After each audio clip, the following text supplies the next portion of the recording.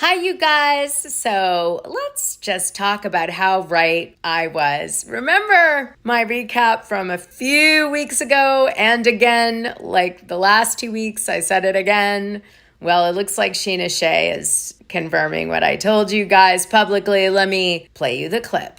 Do you know? Yeah. And yes, do you know the truth? Yes. Okay. And the truth is with Gretchen. Gretchen never said this to Katie.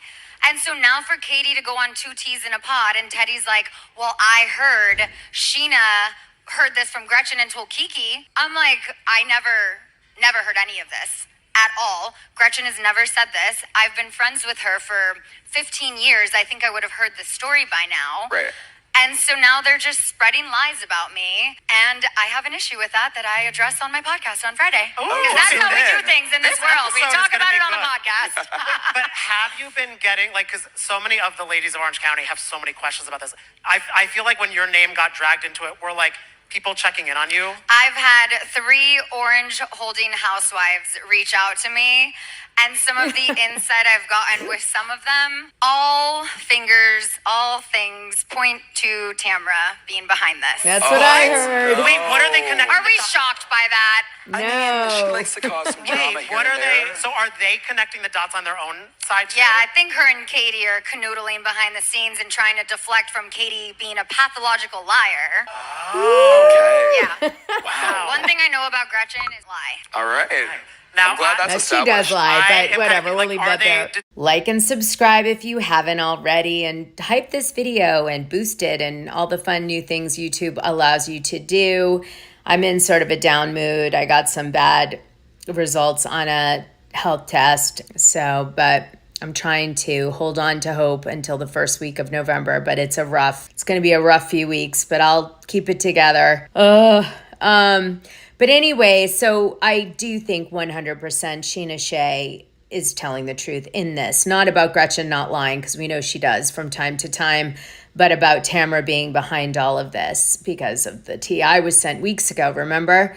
So we're all in sync now. So my source wasn't sure if it was going to come out at the reunion, this groundbreaking thing that happens with Tamra and this whole Gretchen thing, or if it happens after. So, or maybe both, right? So, because there wasn't that much detail around that part, but I know it definitely starts to emerge around the reunion time. So get ready. Speaking of this, Tamra made sure to tell some of the, Bravo press people that Jennifer Pedrani should stop having meltdowns, because if she can't handle the heat, get out of the oven, because Vicky Gumbelsim's waiting to replace her, and Tamra would support that 100%.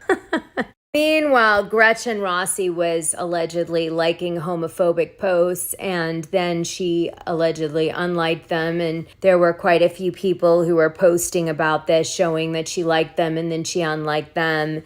And I think that probably some of the posts that she allegedly liked would make sense for her, strong Christian background. We'll just say that. I don't want to get into ideology on here. It's not what this is for. But Gretchen basically denied that it ever happened at all and said that the people that were posting all of this liking and not liking and the evidence had actually made it up and had created the look like she liked it, but she didn't. Now, this is not the first time we've heard this allegation. If you remember, Jennifer Pedrani, in my, receipts from last week, alleged that Katie was putting on a racist PR campaign against Gretchen and Jennifer Pedrani. So what does this tell me? It unfortunately is not about racism or homophobic behavior. It's about a bunch of wives seeing in the past certain people get fired over things like this and trying to maybe get some people shoved off the show is what I would imagine. And believe me, it can be that ruthless behind the scenes for the women who are kind of cooking up stuff, if they don't like somebody. So I'm not the only one having health struggles. Matt did too. 4 days ago, Matt told me he was having a lot of pain on his side, Katie said. He went to urgent care and was immediately sent to the ER. They discovered blood clots in his lungs and legs. So much pain, tests, and long nights in the hospital. It's been scary, but we're beyond grateful for the incredible care at Hoag Health. he's home now and he's starting, I guess, recovery. So I'm wishing him a speedy recovery. So regarding Gretchen Rossi's alleged admittance of guilt that she talked about the hospital that we saw on the show, as you guys know, I don't think she totally said what they made it sound like she said, because you can hear it and you see the writing, but the producers put the writing there.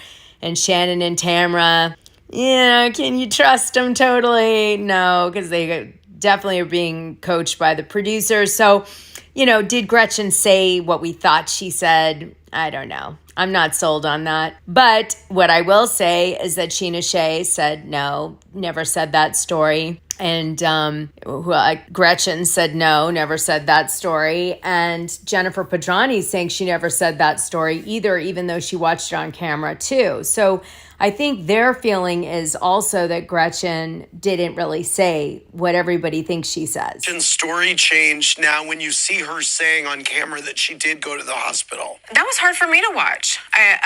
Gretchen and I are becoming really close, and I've heard all these stories from Gretchen, but you know what, Andy, she's never told me that. So to hear her say that, don't think I didn't pick up the phone. I'm like, girl, what is going on? What'd she say? She said it was really hard. She had a lot coming at her that night. She said she was really tired, and she said she misspoke. Her opinion. So we open up and the girls are finishing their little separate trips that they're on, and Tamra's having the girls at like a house, and they're going swimming, and they have like a little bit of a fight, Shannon and Tamra and Jennifer and Tamra, and then it sort of gets, paused. And then we jump to Emily, Heather, and Gretchen, and it's actually more interesting. They're finishing up dinner at Crustacean, and they're going to the Abbey to dance on the poles and stuff, which I used to do with Kyle Richards, actually. It's really fun. And so they're doing all that stuff with, like, the guys are all, like, scantily clad, it's a gay bar, so it's really fun. Good music. And they're there having, conversations. They all get a little tipsy. They jump in the car. And out of the blue, Gretchen, kind of drinking, brings up that she had some songs she was trying to make happen for a while. And then she said Tamra actually had a song, but she wasn't very good at singing. And everyone's like, oh, really? How did that happen? And Gretchen's like, well, she was banging Redacted. And then Emily's like, well, I'm a Gen Xer, so I know who Redacted is. So it must be someone notable. And then Heather asked, well, was Tamra married? And to that, Gretchen says yes. So Heather does an amazing setup for the girls back at her house for their slumber party. Allegedly, she spends $15,000 on it with custom pajamas that are high-end and beautiful beds that look like fairies and, the whole thing. And somehow, though, Gretchen and Emily don't stay in that space she made for them and instead runs around and like trashes her room, which I thought was really bizarre. And there's a butler there named Nate, and there's candy and all sorts of stuff, and it's a really over-the-top sleepover. And then the women start chatting about Tamra again, and Emily, and mostly Emily, a little Heather, wants to see this like tape or audio or whatever that Gretchen has with this guy that she allegedly slept with while she was married. So the audio of their extracurricular activity. Wait, there's audio of them having sex? This is just what we've been told. Wait, you said you have the audio. No, I said I heard the audio of her in the studio trying to sing the song. Did you hear the other audio, Slade? Yeah, it was played for me. We just wanted to hear her singing. I don't care about this other stuff, Scrub. Slade, he literally, salivates at the mouth when he gets to talk about Tamra. Shane would have told me, shut the up about Tamra and move on. Slade just feeds it and feeds it. When it comes to Tamra, I'm not... So then we jump back and Gina says, listen, I'm worried about you, Shannon. You're home alone, all by yourself. All the girls have left. And I just don't want you to get into trouble while you're by yourself. And Shannon's like, I don't. I watch TV. I play Sudoku. I'm really boring and I love it. I've never been happier. Like a no guy, doing my own thing kind of thing. And Gina's like, okay, well, just worried, obviously about the drinking because Shannon never got sober. And then, the girls get stoned and that's the scene. So then we find out that Gina is still struggling with Travis's ex, and so she's never going to get married probably because of that, and they always have to save money for the next legal battle, and he's trying to get full custody of his kids. And then we jump over to Gretchen, who's having breakfast at this over-the-top catered chef breakfast at Heather's place. And the women are trying to get stuff, and they're like, no, you must wait till it's formally served. And then Emily is sitting at the table and looks over at Gretchen and says, are you ever going to get married? And we ask Gretchen that tough question, which is a loaded question. And you could see Gretchen look at her like, really? You're turning on me now, huh? You were my bestie last night. And then, of course, Terry Dubrow's there and Heather's there, and they both kind of double take. So we know this is a bit of a setup. So Gretchen admits that she's paying for everything. The house is hers in her sole name. And he basically has no money. It's only her money. And I think, making sure that that's out there good and strong, because he still owes a bunch of child support, although his son Grayson has passed away. But yeah, wow, Gretchen. Ugh. And then she asked him to marry her. I forgot about that part too. Oh God, it's so... But she said they were married by a minister at least, but just not legally. And that's good enough for them. And then the girls bring up the fact that Gretchen said Tamra cheated, and didn't Tamra do that to her. So aren't they the same? So then Shannon talks about how when she was growing up, it was very tumultuous because, her mom wanted to get a divorce, and then her dad came home before the process server had served the divorce papers, and they had this wonderful family weekend together, and they all had to fake it knowing that the divorce papers were coming on Monday, and it was really traumatizing for her because she also loved her dad as well as her mom. And then Tamra chimes in with a drag on her dad. Wasn't he a drinker, or didn't he drink a lot? And Shannon was saw that comment for what it was a dig. It was a dig. There's no other way to look at it. There was a million other things she could have said but that. And also it was a private conversation where Shannon had said to Tamra that her father had a drinking issue. Anyway, Tamra's like, you jumped down my throat about everything. I feel like I've heard her say that a million times on the show.